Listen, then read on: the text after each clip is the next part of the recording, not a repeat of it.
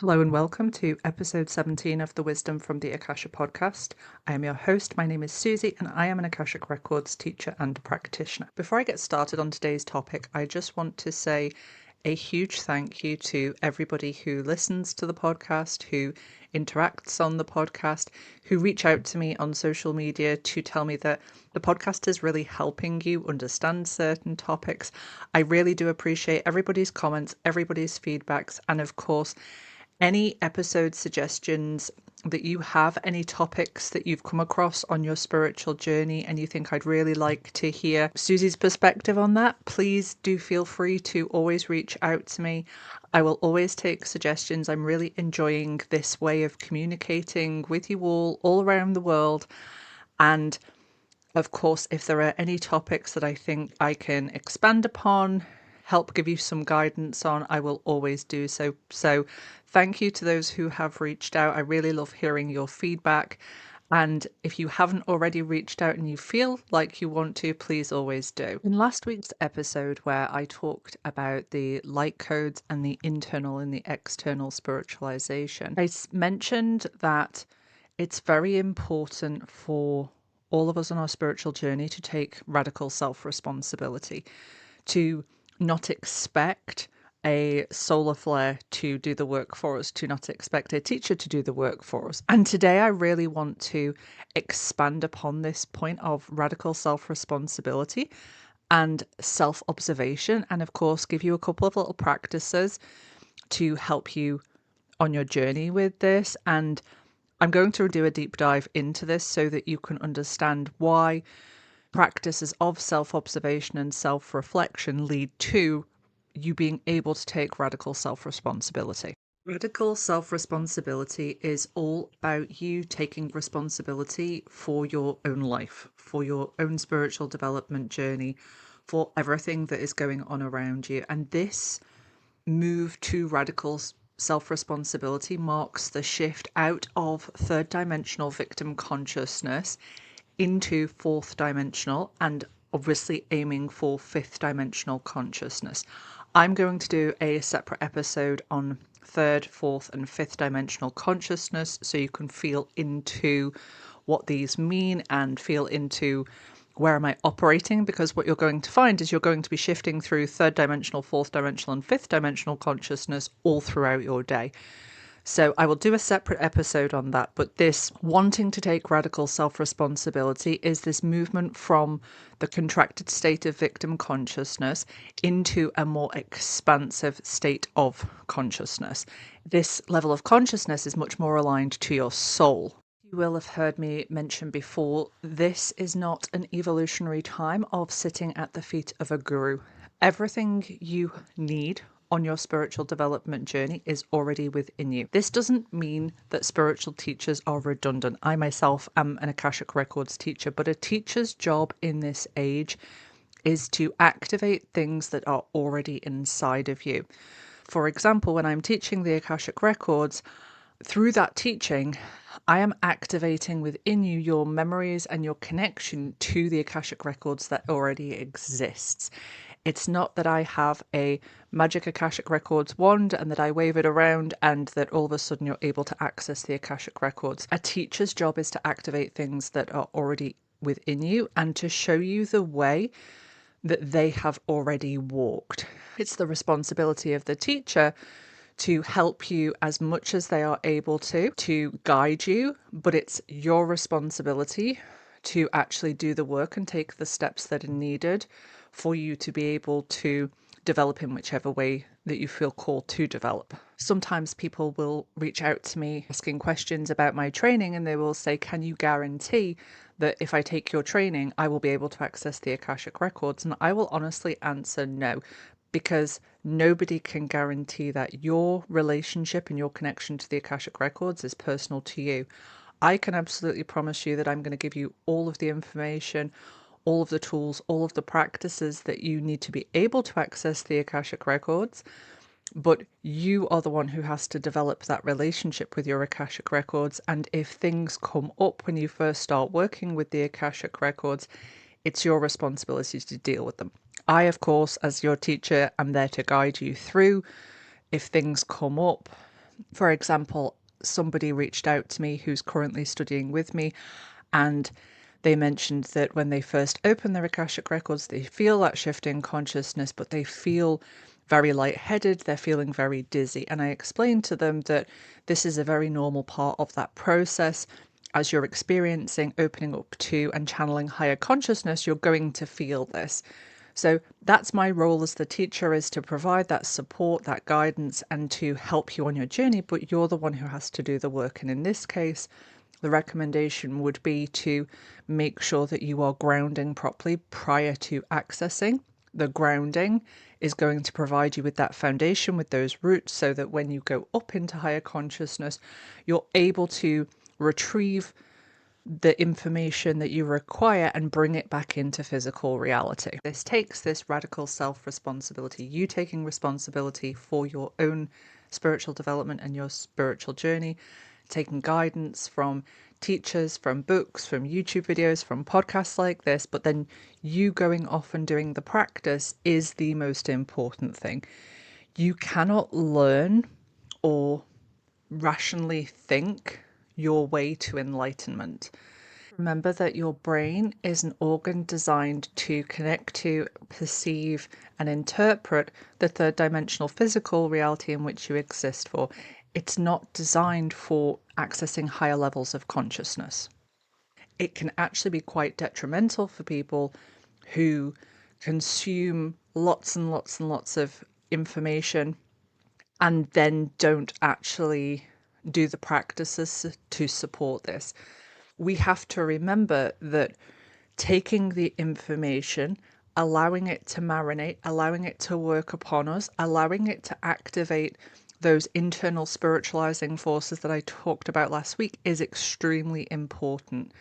And of course, traditionally, if you were spiritually inclined, you would go under a teacher, you would go to a mystery school, and you would receive certain teachings as and when you were ready to receive them. Now, of course, one of the amazing things about the internet is the fact that we have access to all of this information. We have access to different people's perspectives, and we're able to look into paths and practices that perhaps would not have been available to us depending upon where we incarnated in a previous incarnation. So this is one of the amazing things that our current world allows us. On the flip side of that, and there always is a flip side to everything, one of the problems with this is that what can often happen with people on their spiritual journey is they go into this information overload where they overwhelm themselves with so much information about different paths, different traditions, different cosmologies, different esoteric symbols and systems, and they just get so overwhelmed with it that it can really hinder and stagnate their own spiritual development and their own spiritual progress. Paths and practices that you're drawn to, the level of development that you're at already, this is all based on what you have connected to in previous incarnations, but please don't ever feel like you're in a hurry. There is no date that your spiritual development has to be completed by. Your soul is never ever in a hurry. It wants to evolve in alignment with the evolutionary stream of Earth. The only part of you that is ever in a hurry, that thinks you're behind schedule, is your ego.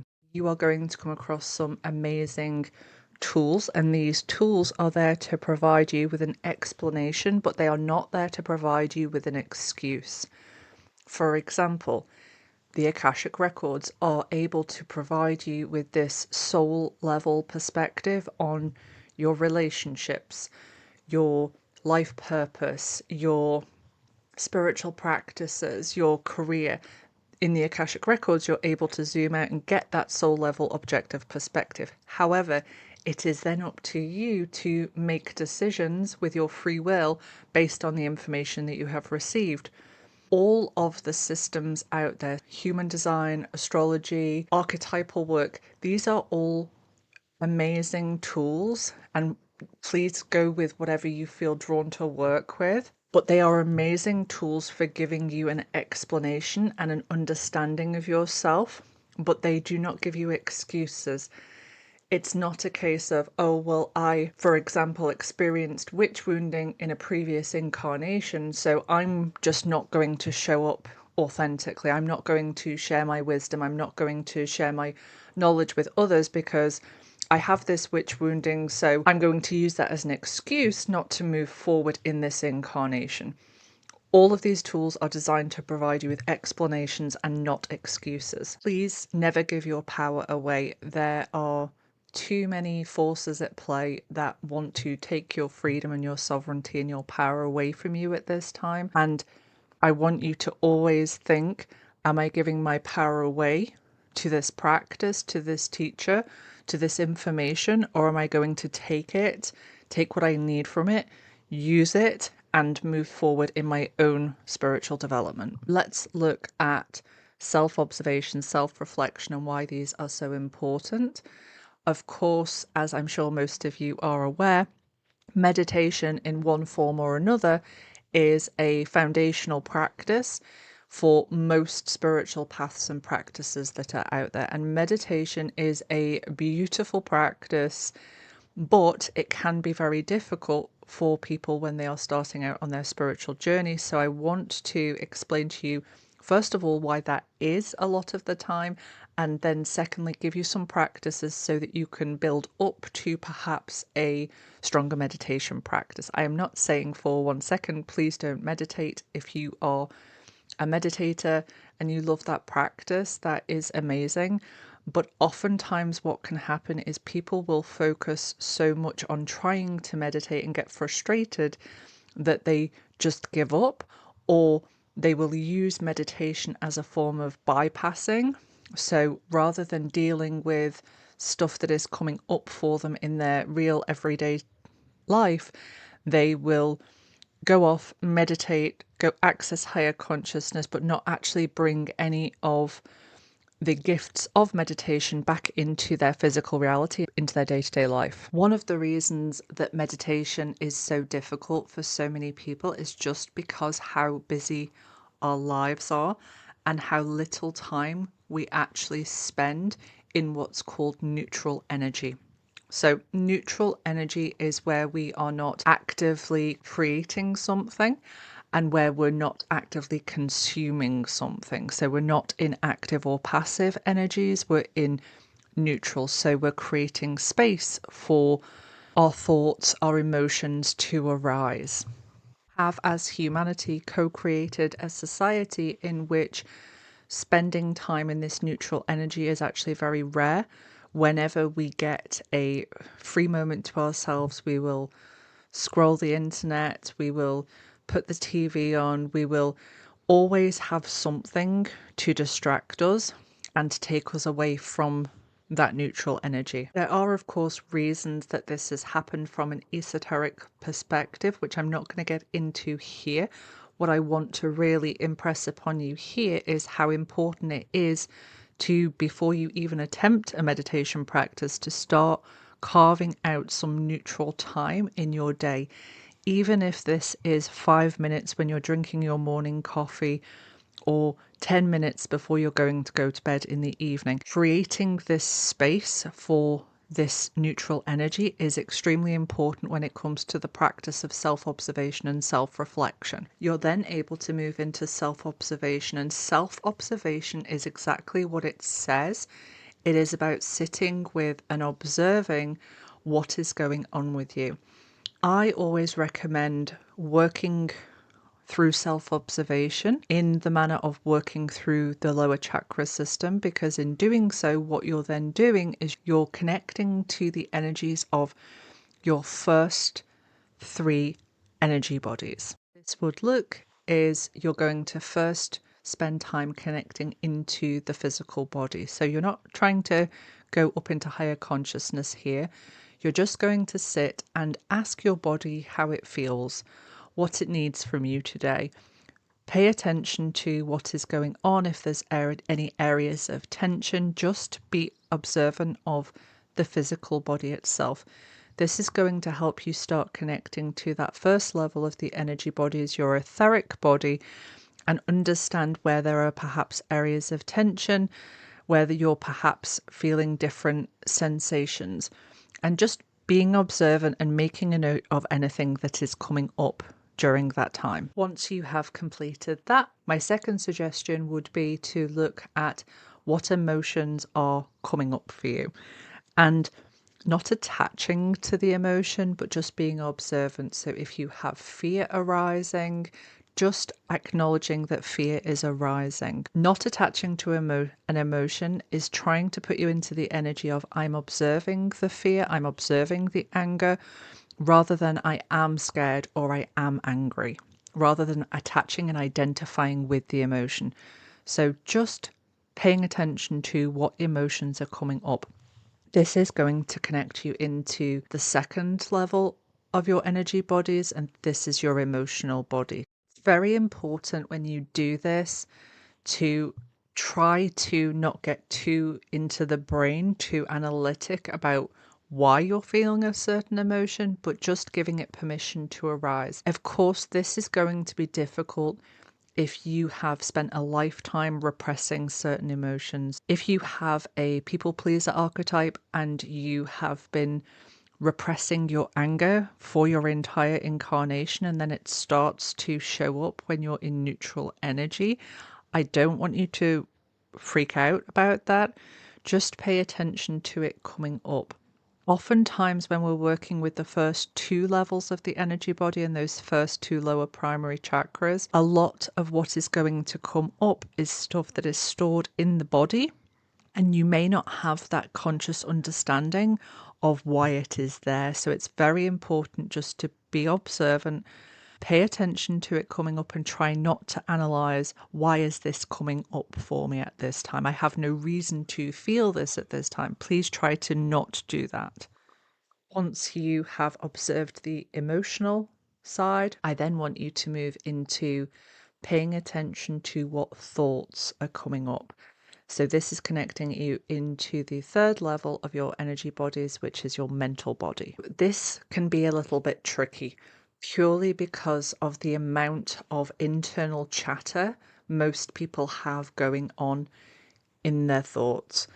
Thoughts will swill around, they'll move very, very fast. So becoming self-observational of thoughts can feel quite overwhelming and quite distracting. Here, I always recommend a practice called brain dumping. And brain dumping is just writing down every single thought that comes up, not getting into the why am I thinking that, but just paying attention to what thought comes up. And this is not the same as journaling. So here we are not looking for constructed sentences, reflection on certain things. What we're just looking for is just to try and put every single thought that comes in down onto a piece of paper, just to essentially clear it out of that space. This is practice that takes practice, and it's going to feel a little bit strange to start with when you're writing things down like, did I send that email? I need to buy a pint of milk. It is going to feel strange, but I can promise you that this is very helpful in finding out not only what is the constant narrative that I have going on in the background, but also what programming and conditioning am I attached to? So what thoughts am I playing on a loop in the background? We have to always remember that thoughts are things, and the thoughts that we have going on in our brains are attaching to certain, I call them thought bubbles in different dimensions. Let me explain. For example, if you find that you are thinking lots of thoughts that are scary, fearful thoughts, what's happening is you're attaching to a much larger thought bubble of all of the thoughts of fear that have arisen since time began. When you attach to one of these thought forms, what then happens is you're essentially calling into your awareness more of the same. This process of becoming self-observational in respect of those thoughts is designed to first identify, okay, which of those thought bubbles am I connecting into on a regular basis? What is playing on a loop in the background as I go about my day-to-day life? It's very important when you do the brain dumping, first of all, to just get everything onto a piece of paper. You can look at it later on in the day in respect of, okay, what thought forms am I connecting to, attaching to? The analysis part has to be done at a time when you're out of that neutral energy. It's very important to just do the brain dumping whilst you're in that neutral energy. All of these practices, this self-observation, self-reflection on these first three energy bodies, is really to identify the character of your lower self, of your egoic self. I am aware that from the fifth dimensional perspective, from the direct practice teachings, what we are aiming for is this dissolution or transcendence or spiritualization of the ego. But it's very important to understand that for a lot of people, especially women, it's important first to identify what the ego is, how it is operating, what it believes, to then be able to move to a place of bringing the higher self in more, bringing that soul in more, and doing the spiritualization of the ego. The ego is not the enemy. What happens is a lot of people over identify with the ego and let the ego run the show. Now, what happens, of course, when you try to sit to meditate is your ego is going to come in and tell you that you have a million and one more important things to do than to do this work.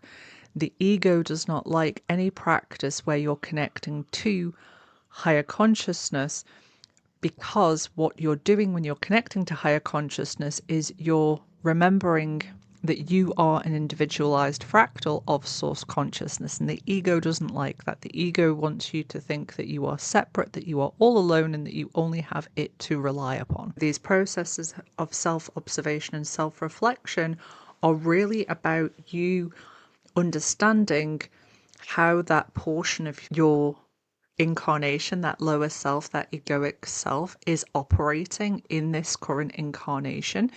Only when you understand how it is operating can you then move to change its function.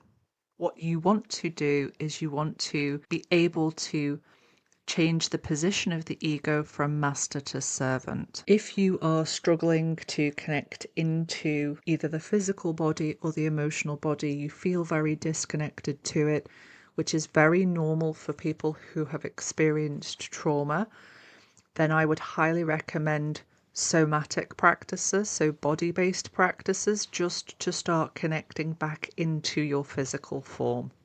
There are many beautiful somatic practices out there, and if of course you feel that you need some help and support in doing that work, then please do reach out to someone for help doing that work. If you are struggling with connecting into that third level, that mental body, please remember that you are not alone.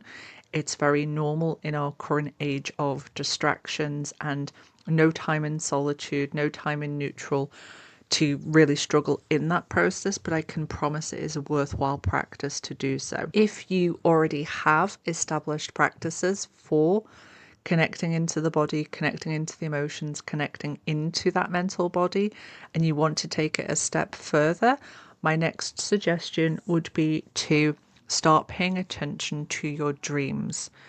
Your dreams are very connected to the astral body, which is that fourth level of the energy bodies, and starting to pay attention to what is going on in dream space is going to help you start to connect to that level of your being. For those of you who are members who are listening, do not worry about the level for the astral body. We're going to cover that in our 3-part series about the astral realm starting in June. If you are at the level where you want to really start understanding the astral body, the astral realm, how it all works, then of course, as always, I will put the link to joining the membership in the show notes. And if you're listening to this after June 2024, don't panic. All of the recordings of the members' lives that we have are included in the members area. You have found this episode useful and that it's given you some practices to take away and to start trying. I would love to hear feedback from people as to how they found this. Please do understand that this time in neutral is so important. I completely understand that everybody has busy lives. If you can only do this for 5 minutes a day, it is really, really going to help you just to start connecting into yourself, start understanding yourself. I wish you all an amazing weekend, and I, of course, will see you all for the next episode next week.